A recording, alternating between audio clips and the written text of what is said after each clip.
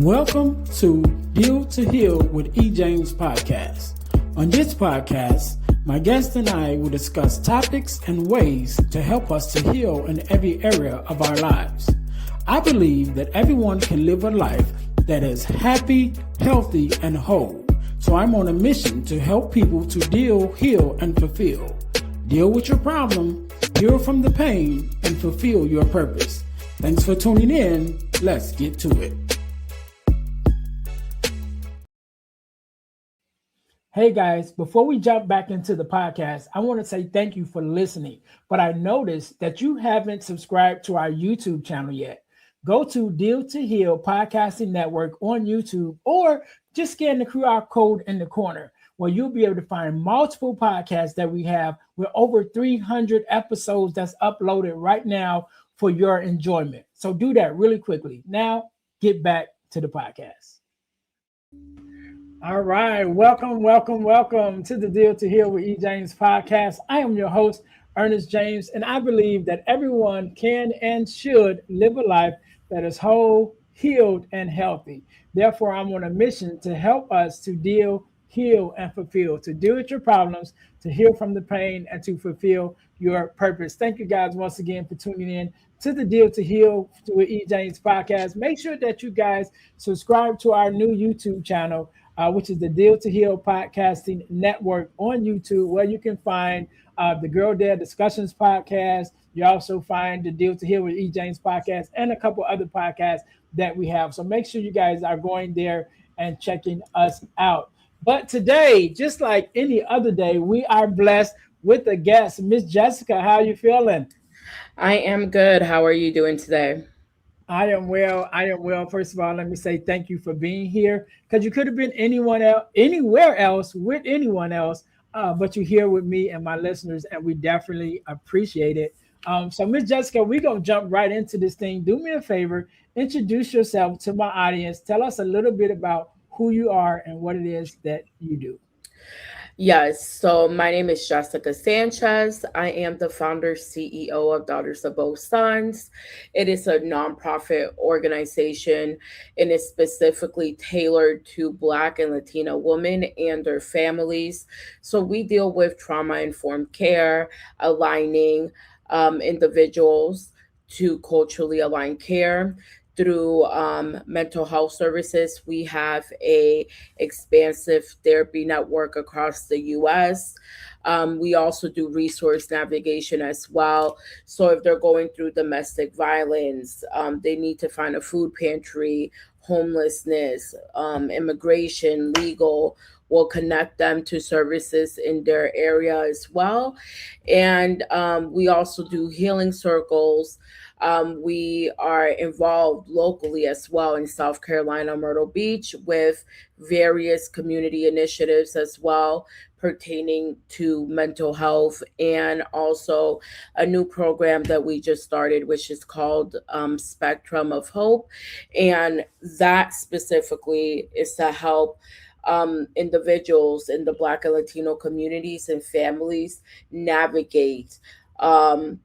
When it comes to having a diagnosis for their child of autism. What does it mean? Advocating for your child, navigating IEPs as well, and etc. So we are doing a variety of different things. And like I tell folks as well, we don't deny everyone or anyone, because I like to emphasize that. But our goal is to educate on the disparities that Black and Latino women face in the mental health sector, especially when it comes in general with their physical health, which intercorrelates with their mental health as well. So that's what we're doing. That's what I'm doing here in my community and across the US. And that's just a little bit about me. I'm a mom. I have 3 kids. And, I'm doing a variety of different things all at once. Have a BA in psychology, BS in public administration, and also decided later on to pursue graduate studies in social work. So yeah, that's just a little bit about me. All right, all right. You're doing a whole lot. One of the things I definitely want to point out, I love that you're doing advocacy work on behalf of people with autism and families with autism. I'm here in the Chicago area, and I'm also connected with a young lady that I work with who also does work around that. And we actually have a conference coming up. This will be our third year doing it to help people with help families with children with autism to get the programs and get the services that they need. So I'm definitely going to talk to you off work to connect you with my friend Veronica White with help from a sister. But that being said, um, you're doing a lot of things, right? You're doing a lot of things, and I thank you for the work that you're doing. But I always say there always is a story before the story, right? There always is something that have been on our heart or an experience that we have had that lead us into this work that we do of helping others. And so tell me a little bit about your story, going back as much as you would like to share, that got you into the work that you do now. What was kind of your experience, or was there a traumatic experience, or just an experience that you seen or saw that this you decided to make a difference in those areas, and now get into the work that you do?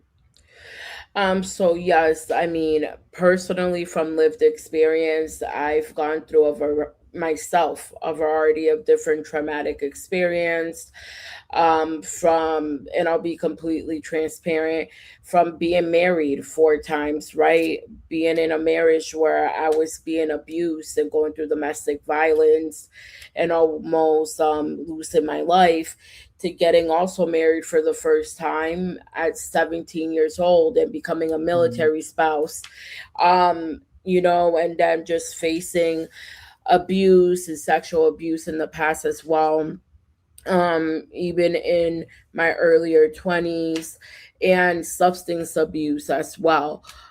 So I've navigated through a lot of hardships myself in the past, which led me to this point to where I wanted to help others, because it took a lot of work for me to dissect the trauma, to dissect my actions, also to realize that I was trying to fill a void, right? Mhm. And jumping from relationship to relationship until, thankfully now, right? I'm settled. I've been married. I've been with my husband for over 10 years now.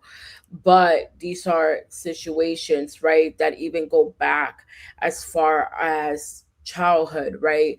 So we don't even understand developmentally how even childhood trauma can impact you even all the way up to your adulthood and actually shape the choices and decisions that you make. So, based on that and just my lived experience overall and things that I've gone through in the past, and dealing through systems that are not they weren't made for, and I'll be completely transparent, for us people of color, because if we do not Mhm. advocate for ourselves, no one will advocate for us. I'm 100% a believer of that, and I face that in the system when it comes to healthcare, in the healthcare system, where I've various times had to advocate for myself, or being told, for example, that I was exaggerating, or of ear infection. It was just an ear infection. Having a Latino doctor do an MRI, I had a mastoid bone infection and almost went to my brain. They told me if you would have waited 2 more days, you would have been dead. So it's just these things and experiences, and even through mental health, because we're big, and I'm big myself, on culturally aligned care. I think Mhm. having a therapist and a care provider that has a similar worldview or knows the experiences that has shaped you is better to advocate for you, and it's also able to better understand you. And it's not that we're excluding anyone, but I think that education is key to this work when it comes to culturally aligned care, because folks need to understand where it is that we're lacking in terms of empathy, right? And I've dealt through this with Caucasian therapist that called me the B word, right? That I was acting like a B, and that was a mental health counselor. And that took me aback as well. And these are things that you would think, right? Folks that come into fields like mental health, even social work, and their professional counselors, you would think people are doing this for the right reasons. But as you dive into more of this work, you notice that many of these organizations, bigger practices, they're really not in it for exactly the right reasons. And it's sad to say, but that's just a reality. Yeah. So we need to be able to advocate for ourselves. And because I went through it, I just want to make those pathways for people to be able to access care overall. Yeah, and I like that you pointed that out because there is a discrepancy um, in sometimes the way that we are treated or even believed when it comes to our medical conditions, right? So even recently, I had a loved one who had to go to the doctor because they had a head injury, and it caused them to not be able to function, their body able to function the way they usually would. And they told me that it seems like when they went and talked to the doctor, even when the doctors ran tests on them, that they kind of told them like they didn't believe them. Pretty much it was like they didn't believe what they were saying, and they had to go to a different doctor, and that doctor sent them through an exercise where he told them to close their eyes and take some a few steps, and as soon as they closed their eyes they fell forward, right? And he was Mhm. telling them that that was because the way that the body works, you have like three systems that controls your balance, which is your ears, your nervous system, and your eyes. And you only need two to be able to keep your balance. But if those are they are damaged, then you won't be able to stand. And that was the problem that they were having. They couldn't keep their balance. And so as soon as they close their eyes, they automatically start falling. And he was like, yeah. So he was able to tell them that what was actually wrong with them when these other doctors had just was like they didn't believe, thought that they were acting or whatever, and didn't believe what they were saying, and never, I don't want to say never, but didn't probably take them as seriously as they should have, based on whatever reasons. And so that is something that happens with us. So I'm glad that you pointed that out, that we do need to make sure that we're getting the proper care, and sometimes it is culturally. Sometimes we just don't connect all the time, and so that's why even I'm a big component of therapy. Sometimes you might have to find a therapist that looks like you, that comes from where you come from, in order just to be able to have that connection that you need to be able to express yourself, and not just you expressing yourself, but for it to be actually heard through a lens that understands your reality. Yeah. And sometimes that's just what it is. I want to go back to something else you said, and with from the woman's aspect of just trying to navigate in this world that the systems wasn't necessarily set up for them, right? And then knowing being here in America and knowing our history of this country, not just women but minorities in general, this system wasn't necessarily set up for us. So there's definitely been a lot of movement, a lot of things that have happened that may have made things better. But if the foundation is cracked, every now and then that crack is going to show up. So let's dive a little bit more, if you can, in that aspect of what are some of those systems and some of those changes that you've been able to make, or you've been able to navigate women through when dealing with this system that again wasn't necessarily set up for them. So, yes. So, one thing that I've seen and we've seen here is that there are various individuals that need resources, but they don't Mhm. know where to find the resources. And I've been in community panels where this is a thing, where you'll see folks from underserved communities or minorities, right? Because there's other bigger nonprofits that like to collect the data. And one thing that I've noticed is when these folks come into rooms, they don't know where to ask for help. One, two, we're living in a system where oppressed in terms of, especially, for those that are migrants or immigrants here. They're scared right now because of Mhm. everything that we have going on in our society. So they're scared to reach out. And then one of the things that I love to emphasize is I don't believe in broken people. I believe in broken systems. So the systems were not designed for us. And when I say that, I truly mean it, because we see various disparities, especially when we're talking about Black women and maternal health. The mortality rates are extremely high, right? And Mhm. because, like you said, right, sometimes we're not taking serious when we're having certain conditions, right, and things of that sort. And I have women that have come to me and they've told me, hey, um straight up, if my doctor's not Black, I don't feel comfortable going to a physician. And they've told me that because of their experiences of not being taken seriously, right? Yeah. So I think that in itself, and some folks can get offended, right? Thinking that we're victimizing ourselves. We're not victimizing ourselves at all. This is just what reality is.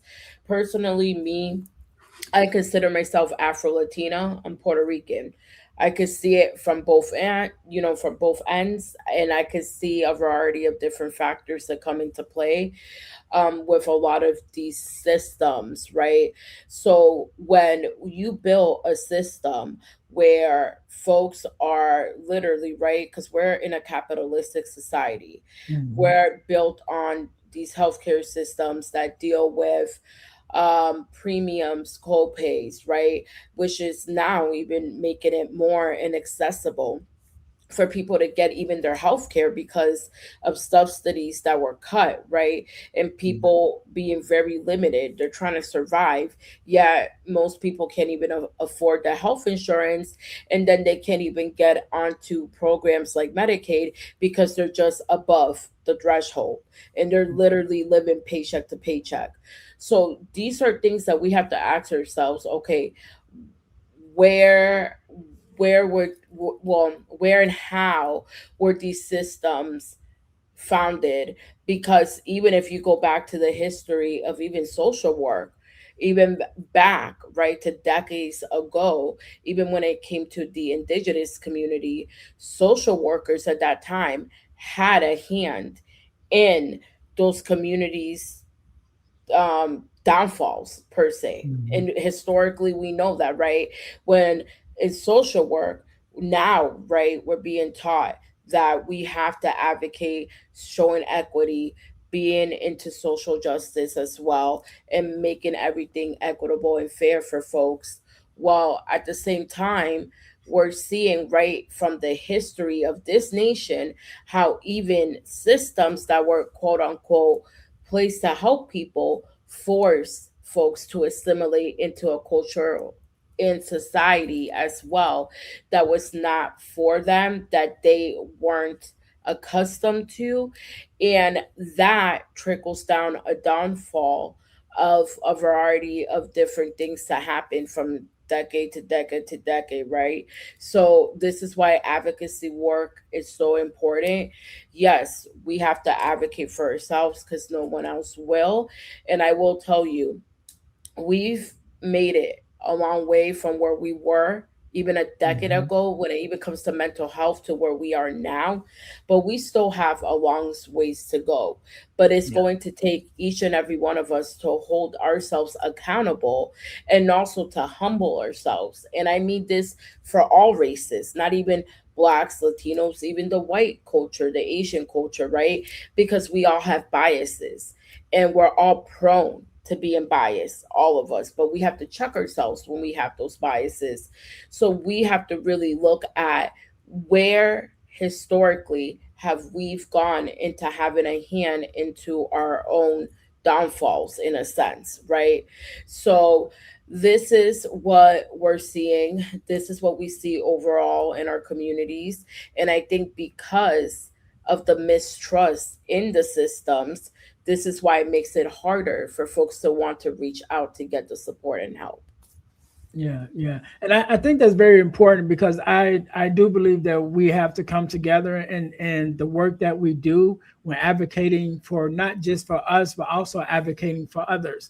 I have a friend that recently who is an immigrant, not an immigrant, who is well, I guess you would be an immigrant, but she's here in the states. And right now, with the way that things are going, like she's just afraid, and she's here legally. You know what I mean? Like she went through all the right channels and everything to get here, but it's still scary for her because she's like, I don't know what to expect. Like even when I walk, she walks out of her house, she's like, I don't even know how to interact with the people that I'm coming in into contact with because there have been people who have said things to her, to make her feel uncomfortable. And she even gave me an example of, one situation. It was a black person that was talking that said some things to her, like go back where you're from or whatever. Like you're black too. Like you didn't even come from here, you know. So so it takes all of us to advocate for one another. And I did a podcast not too long ago. I had a guest on, and I can't remember her name. Please forgive me. But we were talking about this because she's Hispanic as well, and we were talking about the whole thing with the immigrants that's going on. And one of the things that we talked about again is being able to advocate for one another. Because if you look at the history of this country, right, and not to bash America, I love America. We just got a lot of work that we still need to do, Hmm. right? But if you look at the history of this country, almost everybody has had their chance.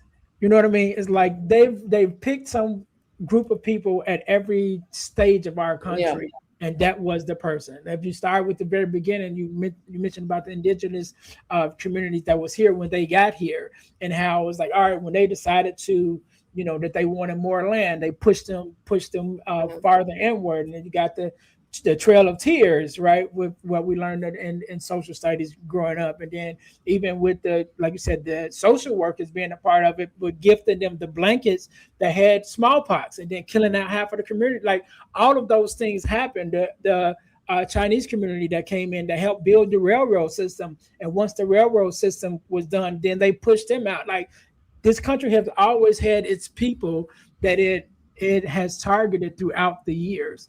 And I always say to my, Caucasian brothers and sisters, like it's only a matter of time before it gets around to you. You know what Mm. I mean? And then it won't be necessarily racism anymore. Then it'll be classism. Where do you fall out? Are you in the upper class, middle class, lower class? And the Hmm. middle class, they're trying to kill out so bad, you know what I mean? So they're only going to be the rich and the poor, and so I think it's important for us to make sure that we are all advocating for one another because it may be me today, but it may be you tomorrow. That now your community, your nationality, your loved ones are now the targeted people that has been targeted by whatever the powers that be, whoever that is.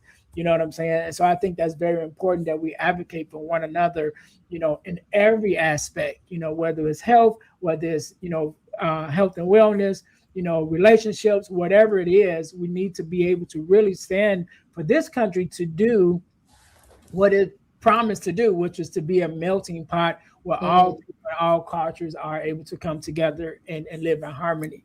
Um, Lastly, before we get out of here, I want to talk a little bit more about you know going from that mindset of like survival mindset and really going into getting into healing to be able to build real access and through community and connecting with the right people and just going through that uh process of, yes, we have been through some trauma, yes, we have faced some things or even seen some things that has made us uncomfortable, and some of us have therefore shaped our lives in a way where we kind of stay in this box, because we're afraid to step outside of it, which takes some healing for us to do.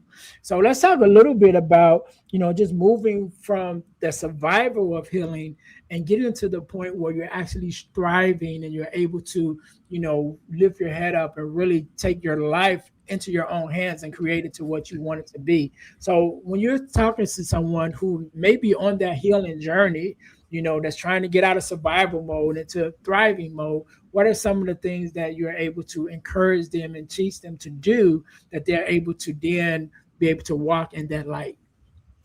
So one of the things I truly do believe, right, and a lot of us, because we don't have the knowledge and education, but you see this in the mental health field of self actualization, right?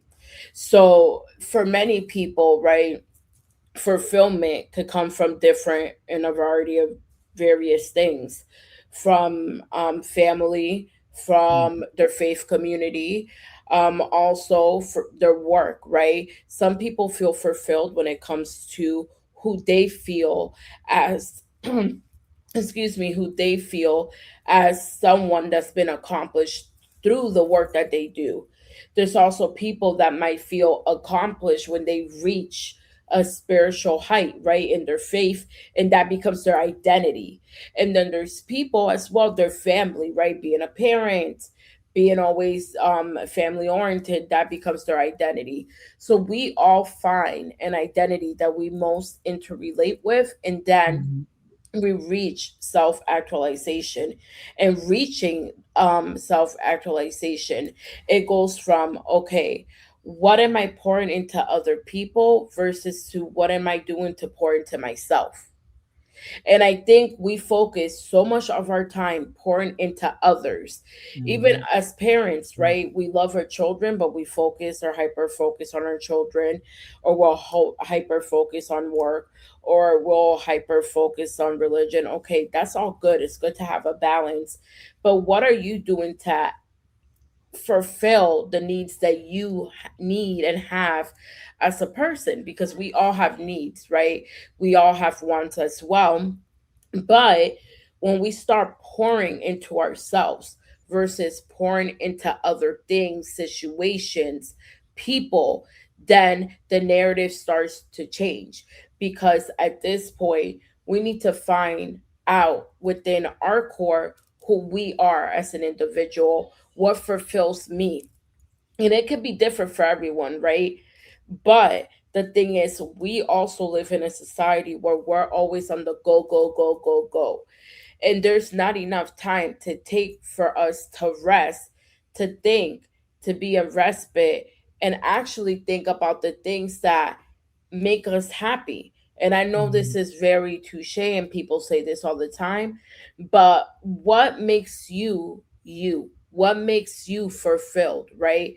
And if you haven't gotten to that fulfillment stage yet, then what are the things that you can do to start getting there, right? Whether that's being more involved, right, within your faith community, whether that's working more on your mental health, which is important as well, or being more involved with your family and balancing work life, and things of that sort, or even in your career, steps that you haven't taken that you wanted to take, and you've prolonged and you've also procrastinated on.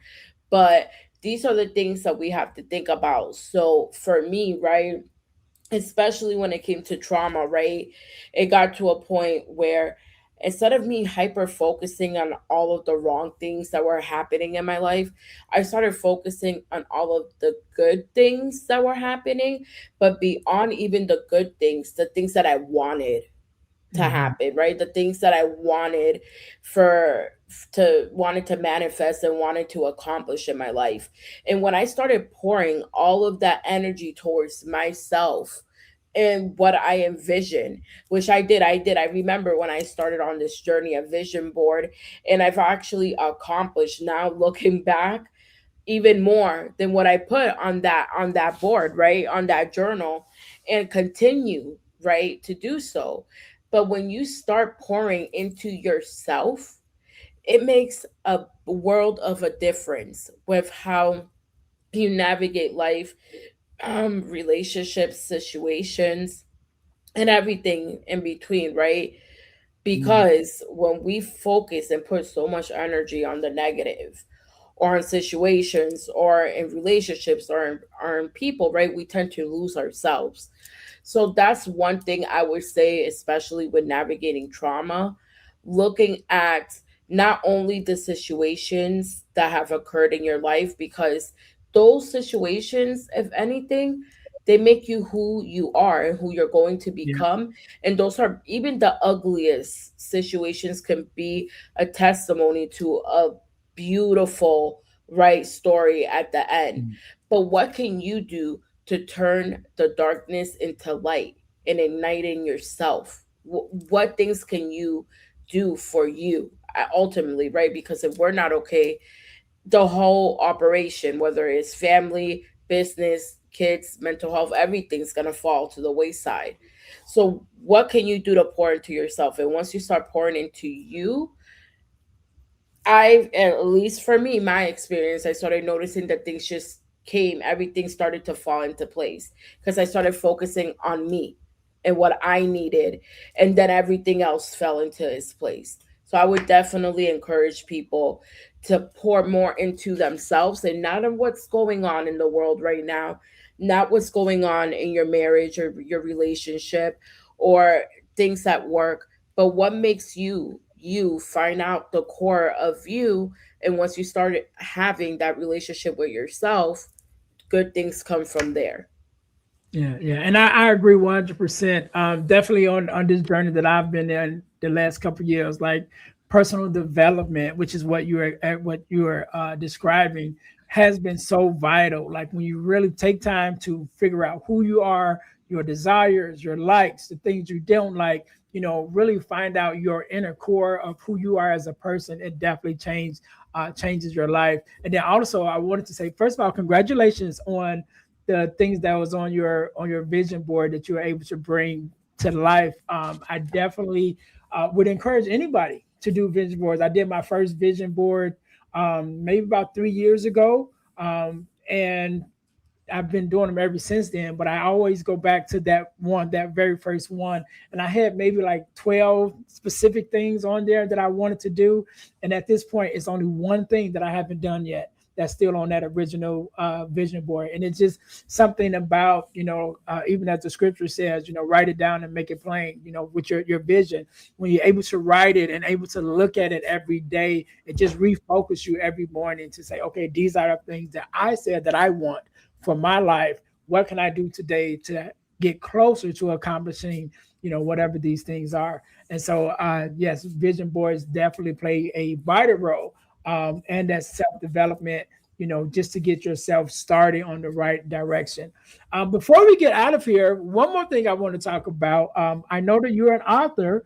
And so I would like to talk about one of your books that you wrote called Breaking the Cycle, which is available on Amazon. We will have the link in the description for you guys that's listening. But tell us a little bit about that book and what inspired you to write it, and what are you hoping that the audience who reads it will be able to take away from it. So yes, breaking the cycle is actually a story based on a case study. So that case study goes into, right, it goes into a family that's in an underserved community, and then seeing when resources of taking well when the resources that they have been accustomed to, due to cuts, due to job loss, due to the gentrification of an area as well, and also due to just what they've been conditioned to, right? So when all of these things are taken from them, what they have to do to survive, and how it puts things into perspective when systems are broken within within our society and within our communities, how it can shape individuals and how it can impact rippling effects within a whole family. So you see that specific case study within the book. And for example, how the sister of one of the main characters, which she's a single mother, ends up losing, right, having to work and losing hours, and also how her child, right, was within, involved within community programs, and these programs were cut. So it goes into having a perspective on what especially the main character, what one can do to start breaking the cycle of these intergenerational, I don't want to use the word for this, curses, but conditioning Mhm. of systems, and being reliant also on these systems. But beyond that, once we do, because we've been conditioned in some communities to be reliant on systems, then what can we do to better these systems overall, and what can we do as a community to better have, well, I would say, widen our approach on how we're dealing with these systems, and then the barriers to even access some of these systems, and how that can affect everyone within a family, and how it has rippling effects. So that's that book there. And I also published one as well, that's called it's Democracy Unveiled, and that's Mhm. dissecting the shadows of misinformation. For Mhm. me, what we went through in the last election cycle was a big eye opener, especially because so many people were conditioned to think in a specific way. And there was so much information that everyone got oversaturated on Mhm. algorithms, and they weren't even vetting the information for themselves to Yep. see what was real, what was factual, what wasn't. So in that book, I break that down, right? How all of the misinformation, as we're seeing now as well, the consequences of not using critical thinking and being able to make informed decisions based on actual information that we're vetting through verifiable Yep. resources, versus putting the logic and the emotional perspective based on what we're told, right? Yep. So, and how we're, how we've also been conditioned as a society in this last decade, and that's my opinion, to just believe what we hear and not do the fact checking or use our critical thinking skills, right? So Yeah. we all have the autonomy, the agency to do so, but we have to acknowledge as well, and that was over a year ago that that book was written.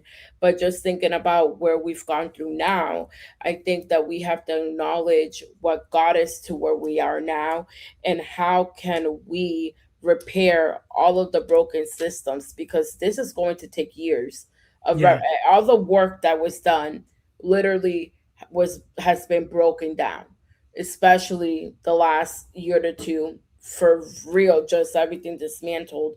So we have to see as a society how we can better come together and realize that our neighbor is not our enemy just because they're different, right? Mhm. If anything, that makes America what it should be, a melting pot, because we all have something to add and contribute to this country.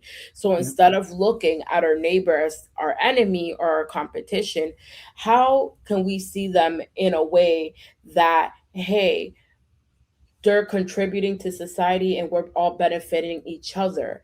Because I think in general we're forgetting that we're voting, and especially the last few years in America, I see that we vote based on the I, what I want, what I need. But I think we need to get out of the I mindset and get into the Mhm. mindset of ours. What is Mhm. going to make our society function better? Well, we all have our rights protected as a Right. whole, and start voting for each other and for our whole society, than voting on the I, and the me. So, and the entitlement, because a lot of Americans, we are entitled.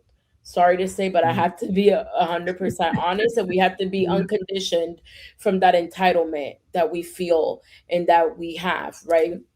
And I've seen all the cultures, and you just see, wow, the differences, right, of the entitlement that we have here. So we can better work on being able to just break those stigmas and the biases and unconditioning that has passed down from generation to generation, and see that, hey, my neighbor is just like me. We're all trying to make it, we're all trying to survive, we're all trying to pay our bills. We want what's best for our Yeah. children, and we just want safer communities and better schools. I mean, these are things that we can primarily, foundationally, all agree on. So we can Yeah. get to more on what we can agree on versus what separates us. I think we can really turn things around overall. Yeah, yeah, and I love that, and I think that this book or that book in particular would be a good read, not just to focus on the democracy part of it, but just to focus on making decisions, through facts on your everyday basis. Because especially now with social media and everything, just in daily life, you look up relationships on social media, and you got all kind of information that some of us like, where does this stuff come from? So Right, I think it that to be able to discern information wherever it comes from on whatever sector of your life that you're focusing on is important now, but it's going to be even more important as we get more into this AI generation and all hmm, of the things that when you just get more and more, which I think is uh, as we like to say when I grew up in the church, a trick of the enemy, right? To not first you didn't have enough information. Now it's like, oh, we gonna give you true. so much information that you ain't gonna know what to believe.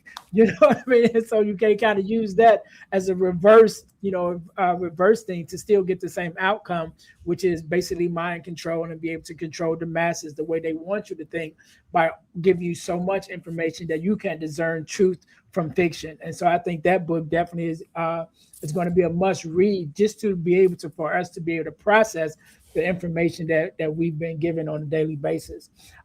So Jessica, I want to say thank you for being on. Thank you for coming and sharing your expertise and your experience with us. I want you to have the last word. I want you to leave us with a word of advice, information, motivation, however you feel. Definitely also with your social media handles and things of that nature. So I'll give you a couple of seconds to think about that. To my listeners, thank you guys once again for tuning in to the Deal to Heal with E. James podcast. We're going to take a brief break for our sponsor, and then we're going to come right back. Hey guys, this podcast is sponsored by the Deal to Heal School for Living. That is our online community on the school platform. You guys can go there and check it out absolutely free for the first 7 days. And while you're there, take advantage of all the free resources that we have. And if you decide to stay, it's only $27 a month. And each month you have access to a new workshop. So go check that out at the Deal to Heal School for Living on the school platform. Just scan the QR code in the corner and you guys will be able to get there. All right. We'll see you soon. All right. All right. Again, Miss Jessica, I want to say thank you so very much for being on, for being my guest. I want you to have the last word. So the floor is yours. Yes. If anyone is going to take anything from this episode, I would say to please start pouring into yourself as much as you can. At the end of the day, when you start focusing on yourself and the things that you want to accomplish in life and where you want to be, everything else falls into place. So definitely pour into yourself. Start pouring into people and situations that do not serve you. And always, right, when you're misinformed or you're underinformed, don't be afraid to say, hey, I don't know all the answers, but I need assistance. And I want you to be able to get the support that you all need. And also for those women, right, that are in underserved communities, Black and Latino women, we're here for you as well. You can find us at Daughters of Both Sons, that's SUNS. And we're here to support you on your mental health journeys, resources. We do webinars as well. So know that you are not alone. There are a variety of different resources, and even for my men out there as well, because I know mental health is extremely important for men. But, just keep it 100 with yourself, be honest of where you're at, and don't be afraid to ask for help. We can never be too prideful to ask for help, especially when we know that we're in need. So I hope to catch everyone soon and hear from you guys. And I hope that you took something at least one thing from this episode that made a difference today in your life. All right, all right. We can't end it no better than that. To my listeners, thank you guys once again for tuning in to the Deal to Heal with E. James podcast, where our mission is to help you to deal, heal, and fulfill, to deal with your problems, to heal from the pain, and to fulfill your purpose. Until next time, you guys be blessed. Thanks for listening to the Deal to Heal with E. James podcast. Remember to listen, like, subscribe, and share. This episode has been brought to you by Deal to Heal Teas. Put some inspiration in your situation. Wear an inspirational tea and be inspired all day. Let's go to dealtohealteas.myshopify.com. Remember, our mission is to help you to deal, heal, and fulfill. Deal with your problem, heal from the pain, and fulfill your purpose. Thanks for listening.